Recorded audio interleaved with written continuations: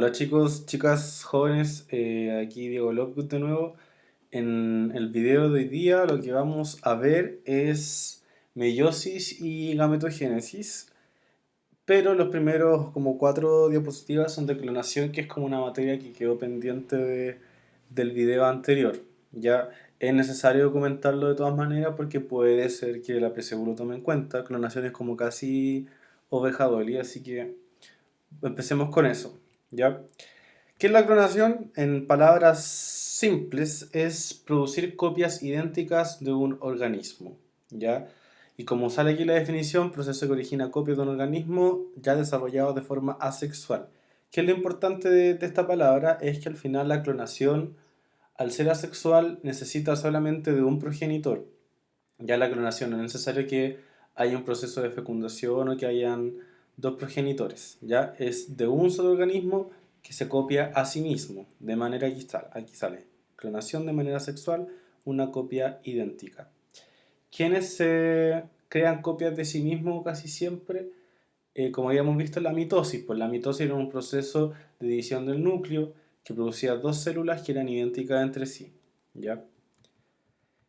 La clonación se basa entonces en qué postulado central, en el postulado de que todas las células del cuerpo poseen núcleo y que ese núcleo posee toda la información genética necesaria para desarrollar un cuerpo o un individuo completo y funcional. Recuerden eso. Entonces, el caso más conocido de clonación es el de la oveja Dolly. Yo me voy a ir al otro mono, aquí hay dos monos distintos pero explican exactamente lo mismo. Este me gusta más. Ya. La clonación de la oveja Dolly, en palabras sencillas, es lo siguiente. De una oveja, que aquí le denominan oveja A, se extrae una célula de la ubre. O sea, en la oveja A lo que aporta es una célula somática, entre comillas, de cualquier parte del cuerpo. Le podrían haber sacado una de la piel, de la oreja, etcétera. Ya, pero le sacaron una célula de la ubre. Y a esa célula solamente se ocupó el núcleo, ¿ya? Como ven aquí en el monito, a la célula de la ubre se le sacaron el núcleo. ¿Por qué le sacaron el núcleo? Porque el núcleo posee toda la información genética del cuerpo. Entonces lo que esperaban los científicos con este experimento al final era que a partir de este núcleo que sacaron de una célula de la ubre se formara de nuevo una oveja completa, ¿ya? Entonces, ¿cómo hicieron eso? Sacaron el núcleo, insisto, de una oveja, la oveja A. Luego sacaron un óvulo de un ovocito de una abeja B y a esa oveja B, a ese ovocito, se le eliminó el núcleo. ¿Ya? O sea, como que entre comillas dejaron solo la célula con citoplasma pero sin material genético. ¿Para qué hicieron eso? Como bien ya lo deben haber pensado, para introducirle el núcleo de la oveja A. Entonces, como acá está el mono, el núcleo de la oveja A se inserta en el ovocito sin núcleo, anucleado, de la oveja B. ¿Por qué precisamente el núcleo se tiene que insertar en un ovocito? Porque recuerden que el ovocito es la célula, es el gameto que está más preparado para producir un nuevo organismo, en el sentido de que el ovocito es una célula grande y una célula que tiene muchos nutrientes. ¿Ya? Entonces, querían hacerlo lo más parecido a un proceso embrionario natural, sin intervención artificial humana. Y por último, agarraron una oveja C que solamente funciona como que prestó el útero, ¿ya? Entonces insertaron esta célula adentro de la oveja C y gestó y funcionó. Y esa oveja C produjo una oveja que era idéntica a la oveja A. ¿Por qué era idéntica a la oveja A y no era idéntica a la oveja B o la oveja C? Porque al final el que estaba aportando el material genético era la oveja A, ¿ya? Nada que ver que un citoplasma pelado de la oveja B le diera característica a Dolly y tampoco la oveja C, que no aportó ninguna célula, o sea, aportó el cuerpo, fue el cobijo, el regazo, adentro de ella, esa oveja, la oveja C quedó embarazada, pero la información genética era de la oveja A. ¿Cuál fue el problema con Dolly? Bueno, aquí hay mucha información, o sea, si ustedes googlean, y ojalá lo hagan, clonación Dolly, como que hay mucha información al respecto. ¿Qué le pasó a Dolly, a esta pobre oveja, que a edad reciente, o sea, cuando todavía entre comillas era como, no sé, estaba pasando por la pubertad de las ovejas, ya empezó como a mostrar signos de envejecimiento. ¿Y por qué sucedió eso?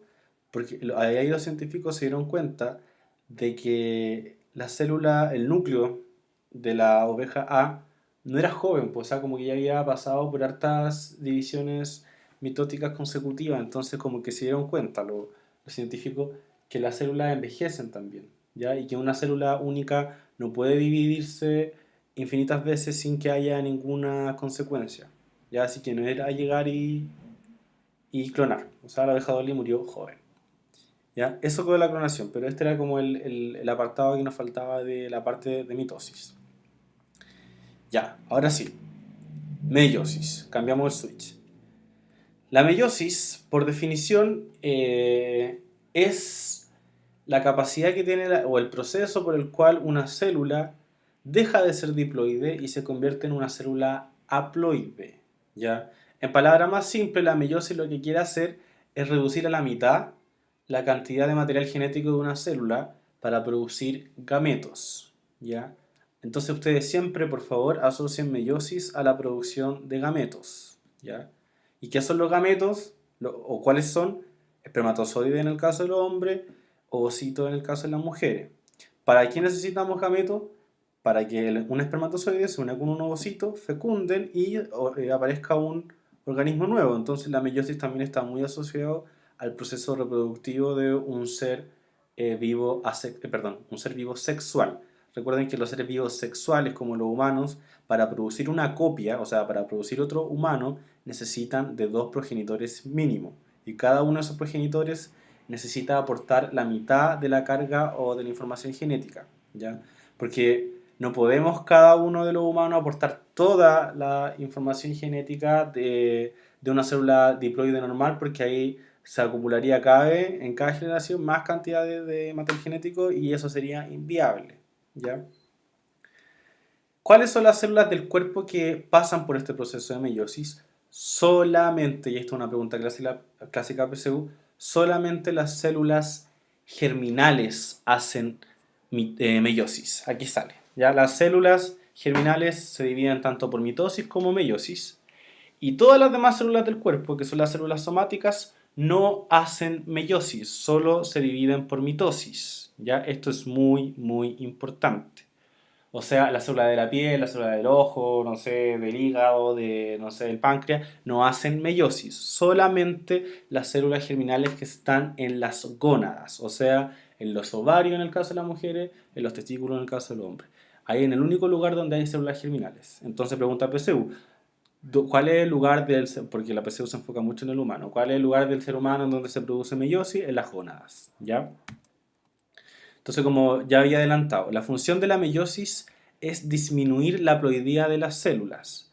En palabras sencillas, como había dicho antes, o sea, si nosotros tenemos 46 cromosomas por célula, ya tenemos, acuérdense que tenemos 23 pares, uno aportado por la mamá y uno aportado por el papá.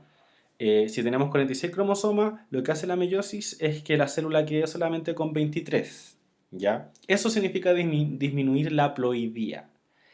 Y además, lo más fantástico, y esto es más central aún, de la meiosis, es que la meiosis produce copias diferentes, no idénticas. No es como la mitosis, en donde habían células hijas idénticas a la progenitora. No. En la meiosis, la descendencia, las copias que se crean son no idénticas, son distintas. Por ende, asocian también siempre la meiosis a variabilidad. ¿Ya? La meiosis aumenta la variabilidad de las células hijas. Las células hijas son diferentes entre sí. ¿Ya? Aquí como en el punto 2 sale. Las células resultantes de la meiosis se llaman gametos, espermatozoides, ovocitos, son haploides y diferentes genéticamente entre sí. ¿Qué significaba haploide? Si están perdidos, vayan al video anterior. Haploide significa que tienen solamente los cromosomas o del papá o de la mamá, no tienen los pares. No tienen 46 cromosomas, sino que tienen solamente 23. ¿Ya? Y cuando se restaura la haploidía, cuando los dos gametos se juntan, ¿ya? Haploide más haploide vuelven a formar un organismo diploide, que significa célula diploide que tiene los pares de cromosomas completos, o sea, tiene 46 cromosomas. ¿Ya? No sé por qué sale dos veces en la misma diapo. Entonces aquí está. Todas las células del cuerpo, incluyendo las células germinales, femenina o masculina, las que están en las gonadas, tienen 46 cromosomas. Pero cuando las células germinales pasan por el proceso de meiosis, que sería la flechita, disminuyen su cantidad de cromosomas a la mitad, o sea, tienen solamente 23. ¿Cuáles son las células del cuerpo que tienen 23 cromosomas solamente? ¿Cuáles son las células del cuerpo haploide en definitiva? Los gametos. Y cuando se junta un ovocito con un espermatozoide, 23 más 23, 46. ¿Y cuál va a ser esa célula fecundada? El cigoto. Recuerden que la primera célula que se forma de un nuevo organismo es el cigoto. Y ahí se restaura el número. Pues. Entonces, todas las células del cigoto, cuando empiecen a dividirse por mitosis, o sea, a generar copias, en el proceso embrionario, todas van a tener 46 cromosomas. Y vuelve al ciclo, a la normalidad. La meiosis, jóvenes, la preguntan harto en la PSU, al igual que la mitosis, ¿ya? Y tienen que tener presente qué cosa, que esquemáticamente se divide en meiosis 1 y meiosis 2, ¿ya? Esto es importante. A la meiosis 1 se le denomina reduccional y a la meiosis 2 ecuacional. Esto de memoria porque lo han preguntado. ¿Qué significa que la meiosis 1 sea reduccional? Como sale bien acá, significa que es en la meiosis 1 en donde una célula diploide, o sea 2N, o sea como un número par de cromosomas, se transforma en una célula haploide. Y la meiosis 2 se denomina ecuacional porque acá de ser haploide sigue siendo haploide. Solamente se disminuye la cantidad de cromosomas, ¿ya? Pero no la haploidía. No es que pierda cromosomas, ¿ya? La meiosis 2, en palabras simples, chiquillos, chiquillas, es una mitosis, o sea, de N pasa a N. ¿Qué significa eso? Que forma clones, ¿ya? Por eso solamente en este video vamos a hablar de la meiosis 1, porque hablar de la meiosis 2 sería volver a hablar de la mitosis y es innecesario porque hay un video de mitosis, ¿ya? La única especial acá es la meiosis 1, la reduccional. ¿Por qué es especial? Y esto es central, porque es la meiosis 1 en donde se producen dos procesos que provocan o tienen como consecuencia la variabilidad de las células hijas. ¿Cuáles son esos dos procesos? Uno se llama crossing over o entrecruzamiento y el otro se llama permutación cromosómica. ¿Ya? ¿Qué son? Aquí, miren. Las meiosis también tienen los mismos nombres que una mitosis, profase, metafase, anafase, telofase. Pero como son dos, se denomina profase 1 y profase 2, ¿ya? ¿Se entiende? Entonces la meiosis 1, que es la única que vamos a ver porque es la distinta, se produce todas las cosas que pasan en una profase normal. O sea, como sale en el mono de la derecha, la carioteca se desmembra, se condensa la cromatina y se transforma en cromosoma, los centriolos se van a los polos, bla, bla, bla. Insisto, si alguien está perdido con todo lo que estoy diciendo es porque tiene que volver a repasar el video anterior. El entrecruzamiento, en definitiva, ¿qué es, jóvenes? Si se dan cuenta acá, miren este dibujo de la izquierda, los cromosomas homólogos, o sea, imaginemos que el rojito es el aportado por la mamá y el amarillo o verde, no sé qué color ven ustedes, por el papá. En el entrecruzamiento se unen, miren acá, un pedazo del cromosoma de la mamá con un pedazo del cromosoma del papá. ¿Se dan cuenta acá? Y se intercambian, se cruza información, material genético, y al final de la recombinación o crossing over queda así. Una parte que era del papá quedó en el cromosoma de la mamá y el de la mamá en el papá. ¿Ya?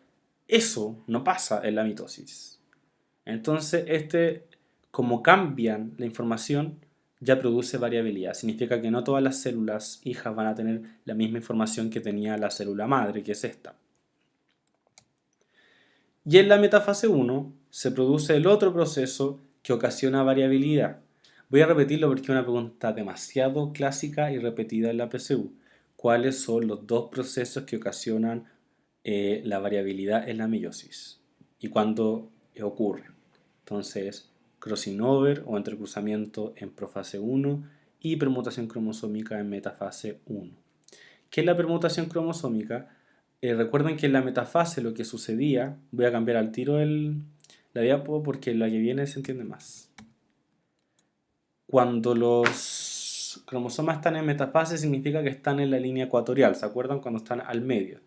Entonces, la permutación significa que los cromosomas homólogos que siguen unidos entre sí, o sea, si se dan cuenta, son tétradas, o sea, están de a 4 cromátidas. 1, 2, 3, 4 cromátidas. Ya aquí. 1 cromátida, 2 cromátidas, 3 cromátidas, 4 cromátidas. Cromosomas homólogos. Los cromosomas homólogos se pueden poner en la línea ecuatorial de distintas maneras. ¿A qué me refiero con distintas maneras? Que no sé, que los 3 cromosomas azules, que podrían ser los del papá, se quedan al lado norte y los 3 de la mamá al lado sur. Pero también hay otra posibilidad, y esto es al azar, chiquillos, chiquillas, que 2 de la mamá se queden en el norte y 1 del papá al norte. Entonces, ¿se entiende la idea? Entonces, como hay tantas formas en las que los cromosomas homólogos que están en tétrada acá, están unidos, se pueden poner en la línea, que también esto provoca que haya una mayor diferencia entre las células hijas. ¿Ya? Bueno, y en la anafase 1 se separan los cromosomas homólogos, uno para un lado y el otro para el otro lado. Jóvenes, ¿qué es lo distinto con la mitosis? Y aquí tienen que estar demasiado atentos, porque si no están atentos no sirve. Recuerden que en la mitosis lo que se iba a los polos eran las cromátidas. Era como un solo palito. Aquí, si se dan cuenta, en la anafase 1 no se va un palito para un lado y un palito para el otro. Aquí se va el cromosoma completo. A lo que yo en el video anterior les decía como la marraqueta. Si se dan cuenta, son 2 cromátidas por un lado y 2 cromátidas para el otro. Ya no es lo mismo. Vuelvo a repetir. En una anafase mitótica, lo que se separan son cromátidas, hermanas. En la anafase 1 se separan cromosomas homólogos, no es lo mismo. ¿Ya? Y en la telofase vuelve a suceder lo mismo que una telofase común y corriente, o sea, la carioteca se vuelve a formar, los cromosomas se descondensan, etcétera, etcétera. Entonces, ¿cómo quedamos al final? Con una célula haploide. ¿Por qué haploide? Porque las células, estas dos células hijas, ya no tienen el cromosoma de la mamá y el cromosoma del papá. Tienen solamente o el de la mamá o el del papá. No tienen los dos, ¿ya? Entre la meiosis 1 y la meiosis 2 hay una pequeña interfase que no tiene ninguna gracia porque aquí en esa interfase la célula no hace sus funciones normales, la célula no duplica su material genético, o sea, nadie la pesca. ¿Ya? Pero por si acaso, esa fase intermedia, entre comillas virtual, entre la meiosis 1 y la meiosis 2 se denomina intercinesis, ¿ya? Pero filo. Y como sale aquí en la diapo, la meiosis 2 es idéntica a una mitosis, ¿ya? Y acá lo único que se hace es separar la cantidad de cromatina, nada más. Pregunta, ya esto lo he repetido 1000 veces. ¿En qué etapa de la meiosis se produce variabilidad genética? Entonces habíamos dicho profase 1 y metafase 1. Ya. Pasemos a la gametogénesis. La gametogénesis es la formación de gametos femenino y masculino. Y habíamos dicho recién, y en verdad durante casi todo el video, que los gametos se forman gracias a la meiosis, ¿ya? Pero, aquí viene como un pequeño cambio, entre comillas, no se asusten, es que la meiosis es solo una parte del proceso más amplio, más general de la gametogénesis, ¿ya? Y aquí lo vamos a ver. ¿Por qué? Porque antes de que ocurra la meiosis como tal, las células germinales, que aquí se denominan gonios, se van a multiplicar por mitosis. O sea, antes de la meiosis hay una etapa de multiplicación. Ya los gonios se multiplican por mitosis. Luego, esos gonios van a crecer. Y en biología, cuando decimos crecer, muchas veces, y particularmente acá, significa duplicar su material genético. Y solo ahí, después de la fase de multiplicación y después de la fase de crecimiento, va a venir la meiosis, que en el contexto de la gametogénesis se denomina fase de maduración. En definitiva, cuando les pregunten qué es la gametogénesis, ustedes tienen que decir es el proceso en el que se forman gametos, que consta de 3 fases generales principales: fase de multiplicación, fase de crecimiento y fase de maduración, ¿ya? ¿Por qué no llegar y empezar al tiro con la fase de maduración? O sea, ¿por qué las gónadas no llegan y hacen meiosis? Porque necesitan refuerzo, porque necesita que tengan gonios para la mayor cantidad del tiempo de vida de una persona y porque necesita crecer, duplicar su material genético para poder dividirlo. Ya es como obvio. Ya, esto me lo voy a saltar porque se va a mostrar después mejor. Acá. Miren, jóvenes. Entonces, la gametogénesis, si es en el caso del hombre, se va a llamar espermiogénesis porque va a generar espermio. Y en el caso de la mujer se va a llamar ovogénesis. Ya.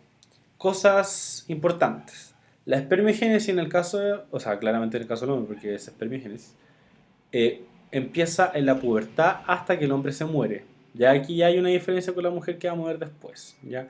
Los espermatogonios entonces se dividen desde la pubertad, o sea, como a los 12 más o menos, hasta el final de la vida del hombre. Ya entonces un espermatocito se va a dividir, va a pasar por una primera meiosis y va a pasar de ser diploide a haploide. Luego esta va a pasar por la meiosis 2 para disminuir su material genético. Y aquí están las 4 células hijas. Y cada una de estas 4 células hijas, que se llaman espermátidas, va a formar un espermatozoide como lo conocemos nosotros.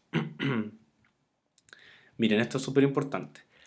Al final de la meiosis, yo les dije, se forman 4 células hijas, todas distintas entre sí, porque acuérdense que la meiosis produce células distintas.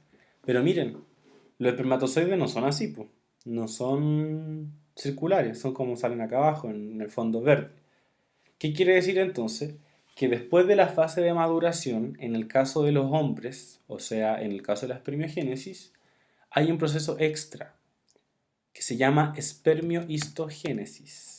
¿Ya? Aquí está. Las espermátidas, o sea, las células producto de la meiosis, que son haploides, se diferenciarán, o sea, se especializarán a espermatozoides mediante la espermiohistogénesis. ¿Qué quiere decir esto? Que una célula circular como esta, FOME, tiene que pasar a tener cabeza, cuello y cola. ¿Ya? Y todos esos procesos se denominan espermiohistogénesis. ¿Ven? Aquí están las células espermátidas y de a poco le empieza a crecer una cola, aparece el cuello y tiene la cabeza con el material genético. Eso es súper, súper importante. ¿Dónde ocurre la espermiogénesis? En los testículos, ¿ya? Y es muy importante, aquí este monito va a ir como mostrando el proceso general, ya por si alguien sigue confundido. Entonces miren, yo tengo un gonio, acuérdense que le habíamos llamado gonios a las células que van a multiplicarse y crecer, ya, que es una célula germinal. Los gonios son las células germinales que están en la gónada. Entonces tengo un gonio con 46 cromosomas. Dijimos que primero se iba a multiplicar, o sea, iba a generar copias de sí mismo por mitosis, o sea, siguen siendo células de 46 cromosomas y siguen siendo espermatogonios, ¿ya? Y esos espermatogonios, ¿qué van a hacer? Van a partir con la primera meiosis, ya, o sea, crecieron, ya están listos. Entra a la primera meiosis y ahí genera 2 espermatocitos que se les denomina secundarios. Y los espermatocitos secundarios tienen que pasar por la meiosis 2. Ahí está. Y ahí producen espermátidas. Y ahí están las 4 espermátidas. ¿Por qué son 4? Porque si se dan cuenta, aquí el proceso general nos da que una célula se divide primero en 2 y cada una de esas se divide en 2 más. ¿Ya? Y la que quedó guacha acá va después a ocupar el lugar de esta célula. O sea, va a seguir dividiéndose más. Yo les dije que era como una de reserva. ¿Ya? Pero al final, preguntas clásicas PSU son como cuántas células produce la espermiogénesis a partir de a partir de un gonio, forma 2 espermatocitos primarios y después, perdón, secundarios y después las espermátidas. Y las espermátidas habíamos dicho que tienen que pasar por un proceso extra, que es la espermiohistogénesis, para formar espermatozoides como tal. Ahí están. Chan, chan, chan. Y ahí las espermatozoides quedan como en este espacio que es la luz del testículo. ¿Qué significa la luz del testículo o la luz de los túbulos seminíferos? En la parte hueca. Ya el testículo, en definitiva, es como son como puros tubitos chiquititos que se denominan túbulos seminíferos, ya túbulos de semen, de ahí de venir, de semilla. Y en la parte hueca de esos tubos quedan los espermatozoides. ¿Ya? La ovogénesis claramente sería la gametogénesis en el caso de las mujeres. Ya, ¿cuál es la primera diferencia acá? Porque la PSU casi siempre pregunta por diferencia. Eh, Primero que ya parte en la antes de nacer, ¿ya? O sea, el proceso de gametogénesis en las mujeres ocurre cuando todavía están en la guata de su mamá, ¿ya? Entonces aquí sale, los ovogonios se dividen durante la embriogénesis, ¿ya? Y al nacer existen alrededor de 400.000. O sea, la mujer nace con una cantidad ya establecida de gonios, ¿ya? Eso es súper importante. Que se detienen en profase 1, y así nacen. Entonces las mujeres nacen con células en profase 1, o sea, ya entraron a meiosis cuando todavía estaban en la guata de la mamá, esas células. Y esa célula va a reactivar esa meiosis, la meiosis 1, que estaba en profase 1, recién en la pubertad. ¿Ya? Y otra diferencia de temporal con el hombre es que la mujer no va a hacer ovogénesis hasta que se muera, sino que hasta que se le gasten ese conjunto de células con las que venía. Y eso ocurre en la menopausia, que depende de las mujeres como a los 50, 55, poco antes, poco después. ¿Ya? Eso es importante. Entonces los ovogonios se dividen ya cuando es un embrión, en la etapa de embriogénesis. Y esos entran a meiosis 1 y se detienen en profase 1. Ya los ovocitos 1 se detienen en profase 1. Esos ovocitos 1 o primarios reanudan esa meiosis en la pubertad. Y aquí hay otro dato nuevo. Acá se detiene la meiosis 2 ahora. ¿Cuándo se detiene? En metafase 2. O sea, le falta poquitito para terminar la segunda meiosis. ¿Cuándo ese ovocito 2 en metafase 2 va a activarse y va a terminar su proceso meiótico? Solamente si fecunda. Solamente si llega un espermatozoide. Si no, no termina la meiosis 2. ¿Ya? Eso es súper, súper relevante. Entonces, la ovogénesis en la mujer tiene dos detenciones. Primero, en profase 1 en la etapa embrionaria y luego todos los meses en metafase 2 cuando está en el proceso del ciclo ovulatorio. ¿Ya? Y solamente va a terminar la metafase 2 y va a seguir a telofase 2 y al final de la meiosis si es fecundada. Si no, ese ovocito muere así y la mujer lo bota en la menstruación. Ya, eso es súper importante. Entonces, diferencia, primero de lugar, hombre es testículo, mujer ovario. La célula madre, en el caso de los hombres, es la espermatogonia, en el caso de la mujer, ovogonia. Si se dan cuenta, son puros cambios de nombre. Esto es importante. En la espermatogénesis, cada espermatogonio origina 4 espermatozoides, lo vimos hasta el cansancio. En el caso de la mujer, cada ovogonia genera solamente un ovocito listo. Ya, o sea, el espermatozoide se junta con un solo ovocito, ya que es el óvulo. Y 3 cuerpos polares inútiles. ¿Qué es eso, jóvenes? De aquí me voy a devolver.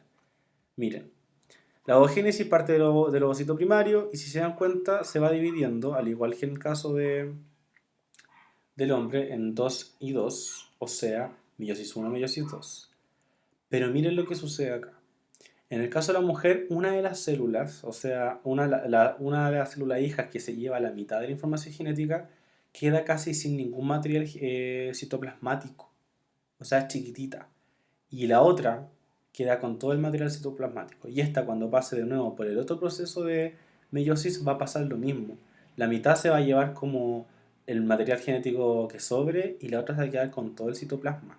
¿Por qué pasa eso? Porque ya le había visto cuando estábamos hablando de Dolly que el ovocito que va a recibir el espermatozoide necesita tener mucha como reserva energética de comida. ¿Y dónde está eso? En el citoplasma.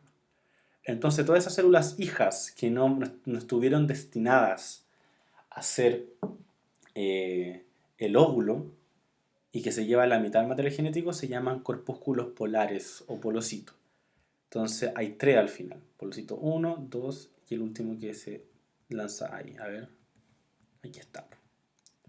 Cada ovogonio entonces origina un óvulo y 3 cuerpos polares inútiles. Ya eso es súper importante. En meiosis 1, en el caso del hombre, el material se divide equitativamente. Y en la ovogénesis, como lo acabo de explicar, el citoplasma queda casi todo en una sola de las células y la otra se lleva el material genético que sobra y nada más. ¿Ya? Y también lo expliqué ya antes, en el hombre los espermatozoides se producen durante toda la vida, desde la pubertad, y en el caso de las mujeres, hasta la menopausia, hasta que se le acaben los ovocitos. Bueno, ¿y en qué cosas se parecen? Ya lo hemos dicho hasta el cansancio. Son subprocesos de la gametogénesis, se producen en las gónadas, ambas parten con los gonios, o sea que son las células germinales primordiales, y forman parte del proceso de reproducción sexual en animales. Y ahí está ese monito, ya lo expliqué, así que alguien puede ponerle pausa y quedarse mirando un rato. ¿Ya? Pero para que vean la diferencia. De un gonio, 4 gametos funcionales. De un gonio, en el caso de la mujer, un gameto funcional. ¿Ya? Y acá lo mismo. No se confunda que aquí es espermatogénesis y ovogénesis y en el siguiente como que lo dieron vuelta. Pero es lo mismo. Este mono está perfecto. Está perfecto para entender lo que expliqué. Ya, así que para que le den pausa.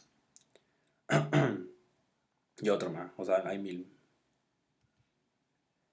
Ya, y por último, cambiamos un poquito de tema. O sea, seguimos en el mismo eje temático, pero ya otra cosa distinta. Las mutaciones. Las mutaciones son errores, o no siempre errores finalmente, pero son cambios en información genética de una célula. ¿Ya? Y las mutaciones pueden ser tanto en el número de cromosomas, ¿ya? Que una mutación cromosómica numérica. La mutación o el cambio en la información genética también puede ser una mutación cromosómica estructural, o sea que no es que haya más o menos cromosomas, sino que un cromosoma cambió de forma, de estructura. Y hay mutaciones genómicas que son más puntuales, que las vamos a ver después, donde ya hay un intercambio de genes dentro de un mismo cromosoma. Ya no es tan global. Ya. Una mutación cromosómica de número se denomina aneuploidía. Yo sé que son nombres raros, pero lamentablemente hay que aprendérselo.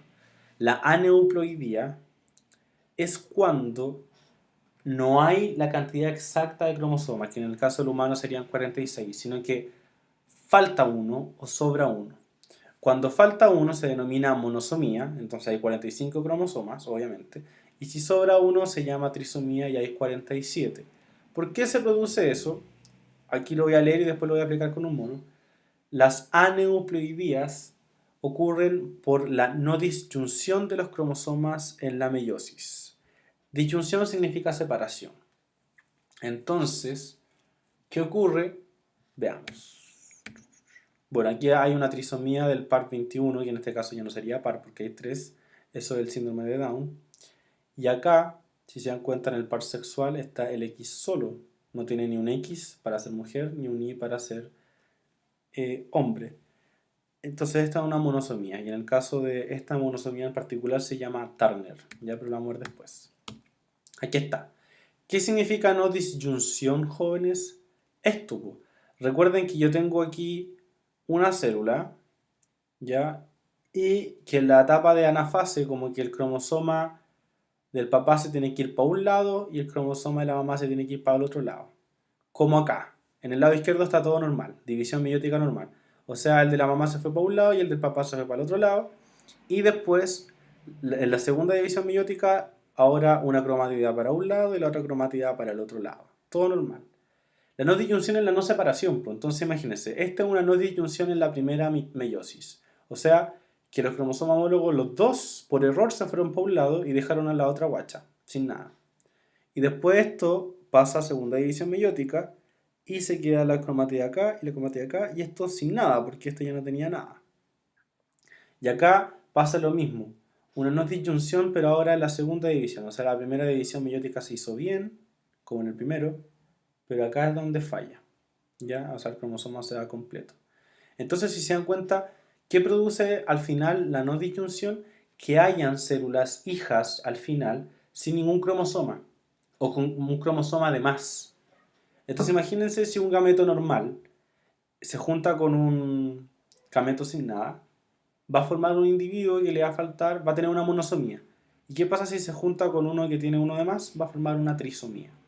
¿Ya? A eso se refiere con el origen de las aneuploidías.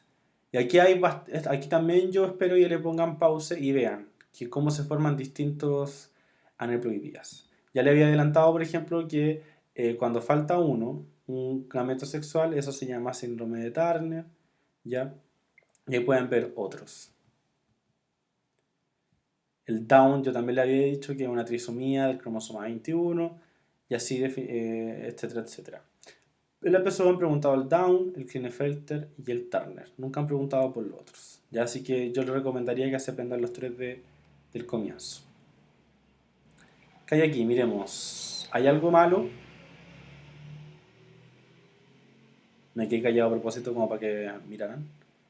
Sí, hay algo malo. ¿Dónde falta o sobra algo? En el último, en el sexual. Si se dan cuenta, hay dos X y un Y. Eso es Klinefelter. ¿Ya? Ahí está. Entonces hay un X que sobra. Ya. ¿Cuáles son mutaciones cromosómicas ahora no de número, sino que estructurales? Son 4. Delesión, duplicación, inversión, translocación. Te voy a mostrar de inmediato con el monito. En la delesión, que recuerden que ahora estamos hablando no de número, sino que de estructura, en la delesión hay una parte, un pedacito del cromosoma que se pierde cuando se está duplicando o en cualquier proceso. ¿Ya? Aquí se perdió el ABC, el D, el pedacito D se perdió. ¿Ya? Y el E también. En la duplicación no es cuando se pierde un pedacito de material genético del cromosoma o de la cromátida, sino que hay uno que se vuelve a repetir, un sector genómico. En la inversión, como bien ustedes verán, se invierten, pues se dan vuelta. Y en la translocación es el único que involucra a más de un cromosoma, porque un pedacito de un cromosoma se va a un pedacito del otro cromosoma. Y se dan cuenta aquí, el WX ya del cromosoma 2 se va al cromosoma Y y el FG del cromosoma 1 se va al cromosoma 2. ¿Ya? Y finalmente las mutaciones genómicas son más puntuales en el sentido de que aquí falla todo. O sea, hay un cambio en la ploidía en la célula. Y a eso se le llama poliploidía. Miren, aquí no hay un solo par en donde falte sobre uno, sino que es en todos. En este caso hay una trisomía en todos los pares. Eso es una triploidía al final. Ya no es una trisomía porque aquí no es un solo par, sino que es como en todos los pares se le llama triploidía. Ese organismo es inviable, no existe. O sea, si sucede esto, un ser humano no podría existir. ¿Ya? Pero esto es mucho más puntual. Ya la PSU nunca lo he preguntado, como que la PSU ha preguntado esto. Estos monos, para que se queden tranquilos. Y eso, ha sido un video largo, tedioso, pero era el último de material genético, así que espero que se lo aprendan súper, súper bien.